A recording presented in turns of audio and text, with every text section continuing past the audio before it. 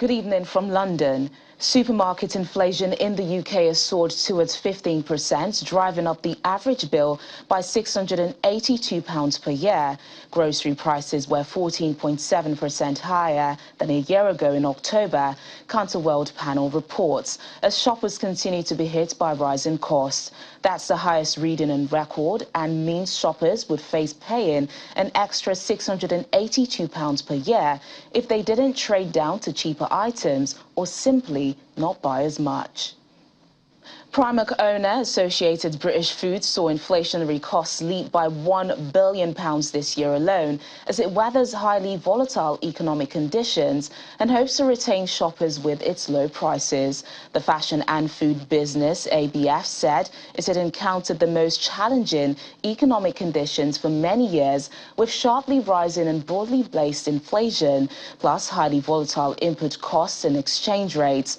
However, the London-listed firm posted stronger full-year revenue and profit compared to last year, benefiting from the easing of COVID lockdown measures.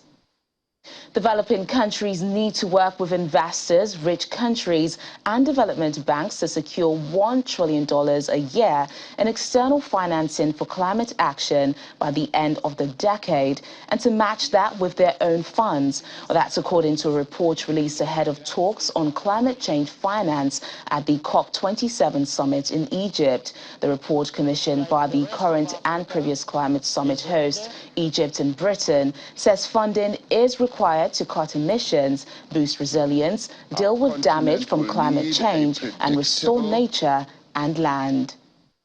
Turkey has started paying for some of its natural gas from Russia in rubles. According to the Turkish Energy Minister, Faith Donmez, in the coming months, the share of local currency payments in energy trade with Russia would increase.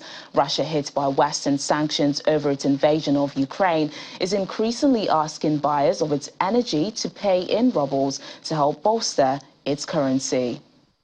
Those are your main stories from London at close of business.